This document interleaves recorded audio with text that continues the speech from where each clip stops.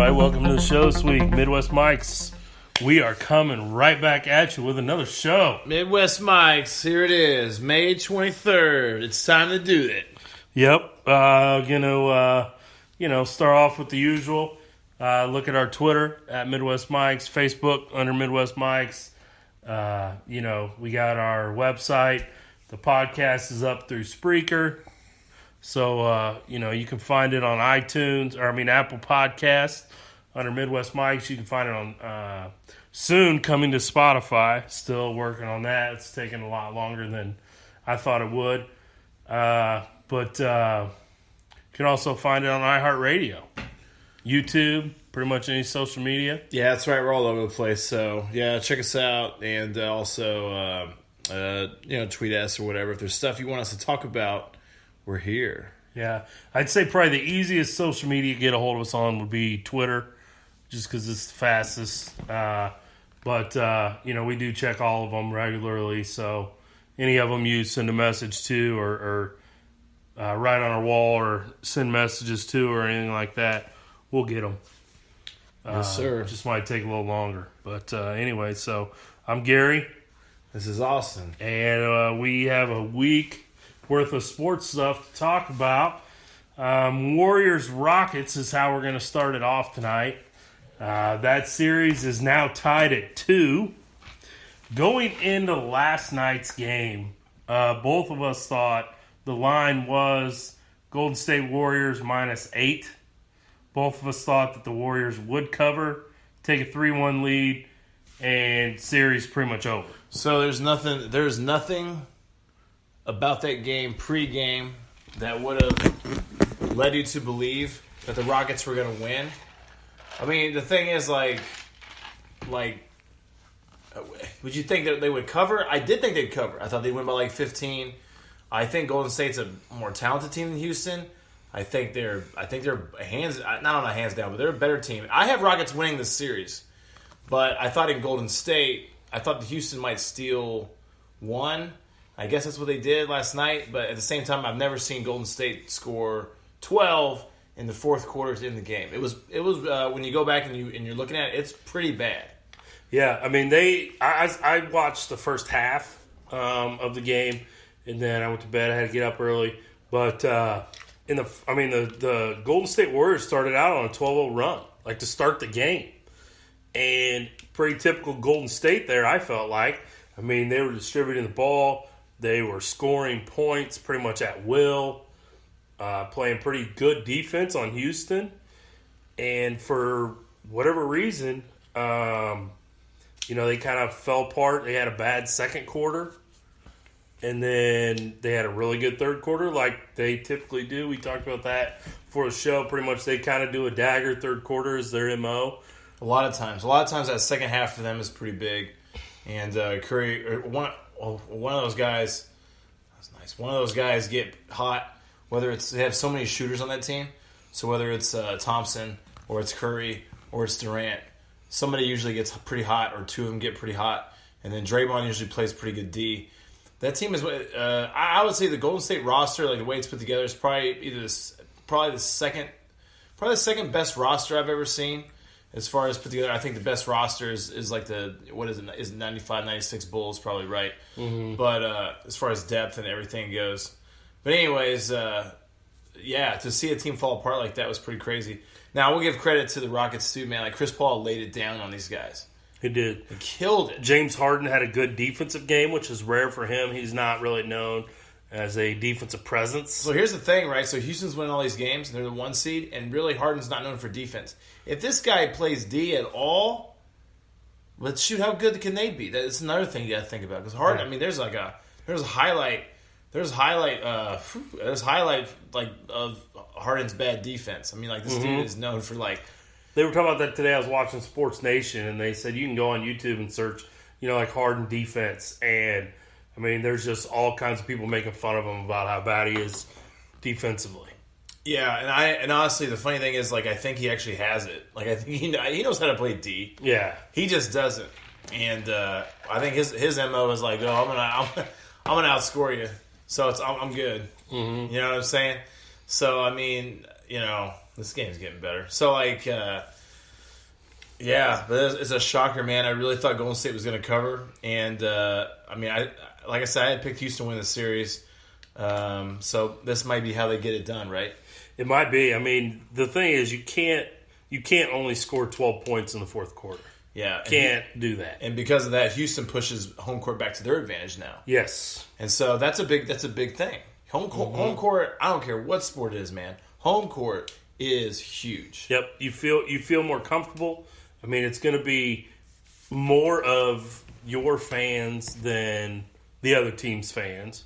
I mean, you're not in the NBA playoffs. You're not going to get a complete arena full of just Houston fans or just Golden State, just Cleveland. I mean, even in Boston in the Garden tonight, you see Cavs fans sprinkled throughout the arena. Yeah, almost every. Some teams travel better than others. Fans travel better than others, but fans travel well right now. They do. I mean, it's pretty cool to see that. I like that. I think it's awesome. Mm-hmm. But you're still. I mean, there's a comfort level to when you're at your own place. Yeah, for sure. You don't have to travel. You're there daily. During your season. You practice there. I mean, you're more comfortable in the locker room. Just little things. So yeah, now Houston definitely has home field advantage. There's back to them. Yeah, and when you talk about any sport, you talk about even basketball, football, whatever. There's little things. There's little things on each court or each field that the home team knows better than somebody else. I mean, that's 100% true. Little things you wouldn't even think of, and also being comfortable is a big factor too. So, I mean, almost everybody. There's rarely a time where a team plays better on the road than they do at home. It's happened, but and when a team does that, I mean, when a team plays well on the road is generally what makes a good team, right? Because everybody plays pretty decent at home. It's those road wins when they add up is what gets you the advantage, especially in the playoffs. 100%. And that's how you also, especially in baseball or whatever, that's how you lock down your 1 seed, your 2 seed. That's how you lock down your division. If you can win on the road in your division, NFL the same way. Yep. So I mean, it's anyways going off, but do you still have the Warriors winning this series? I do. I still think the Warriors will get it done. I just think they had a bad second and fourth quarter last night, and I still think they get it done in the series. You think in 7? Mm-hmm. Okay. Yeah. So I got Rockets winning in 7. Either way, it's been a pretty good series. Actually, both of these have been pretty fun to watch. I say that. I mean, that was really the first close game of either conference finals. It's crazy, right? And the game, and the funny thing, a lot of the games, you never thought it was totally out of reach, right? Mm-hmm. Even when I think it was game 2 of this series, of the Boston Cleveland series. I think Cleveland's down, get down 8-9. And you're like, okay. Even the last game, Boston keeps kind of like Cleveland could never totally put them away. Mm-hmm. But last night was kind of the same thing too, right? Houston kind of hung around. Yeah. And then all of a sudden, they have a great fourth. All of a sudden, they went on a run. So yeah. it's that. So all right, we'll switch gears here to the Cavaliers-Boston, which is also 2-2. As we record this, Game 5 is going on in Boston, and the score is 39-31. Boston's been up by as much as about 10, maybe 12 at one point. But Cleveland was up a little bit early, but pretty much it's second quarter right now. It's almost halftime. If you would have before last week on the podcast, I said Boston was going to win the series. And earlier today, after Game 4, after Cleveland won 2 straight at home, I was talking to a guy I work with, and I was changing my story. I thought Cleveland would come out and lead this game buzzer to buzzer tonight. I thought Cleveland would pretty much end the series tonight, even though it's only one win. I mean, then I thought they'd go home and win Game 4. I thought they'd win 2 in a row, one on the road tonight, and then Game 6 at home. Even even Skip Bayless, after watching Game 4, I like to follow Skip, and after that Game 4 got done, he said Cleveland is leading this series 2-2. Yeah, he's meaning as Cleveland has the momentum, and that's what I felt. So watching this, I wouldn't necessarily say that Cleveland's playing bad. I'd say Boston looks like they're on fire. And, we talked about, I think Brad Stevens, best coach without a ring. Brad Stevens is an awesome coach. He's coaching these guys up. They're missing Kyrie. They're missing Gordon. And they're still playing at a very high level. Play great team ball. Would I be surprised if Boston wins the series? No. I do think Cleveland's still going to win it. I had them winning in 5. I'll still take them in 6. I think Cleveland comes back and wins this game. I see some kind of maybe like a Boston, because basketball is a lot of runs, right? You go on a 10-0 run, a 9-0 run, you got an 11-2 run. It's a game of runs. It's what it is. So Cleveland probably goes on some kind of crazy run, or LeBron takes over, or whatever. And it just depends on what LeBron you get. Game 4, we got scoring LeBron. He wasn't kicking it out as much. I think I don't know how many assists he finished with, maybe 5 or 6. He's averaging 9.1 in the playoffs. Didn't have as many and scored a lot of points. So, LeBron's having a very good playoffs, which I'm happy because he's my favorite. But like I said, would I be super surprised if Boston either series? I wouldn't be totally surprised if any team won. But I think it's going to be Rockets in 7, and I think it'll be Cleveland in 6. Well, I'm going to stick with Boston winning the series, even though I was flip-flopping today in my mind. It's okay. And talking to a guy at work. But I'm going to stick with Boston, but I do think it's going to take them 7 games now, because I think they're going to hold on to win this game today. Here we go. LeBron James and Kevin Love in the first quarter had 18, and in the second quarter have none.